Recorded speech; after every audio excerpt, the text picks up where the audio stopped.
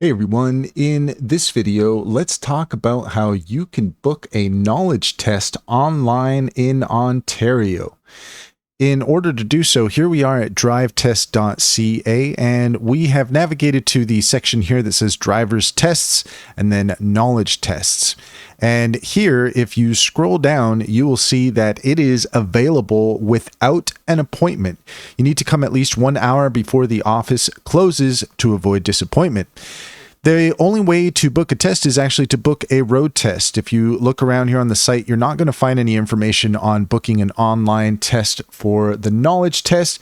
So you're just going to need to show up without an appointment and come at least 1 hour before the office closes. So the best thing to do is, if you want to make sure that you are in and out as soon as possible, is to try to show up as early as possible. And that's all there is to it. If you found this video helpful, please leave a comment and like and subscribe, and don't forget to set your notifications for more helpful tips.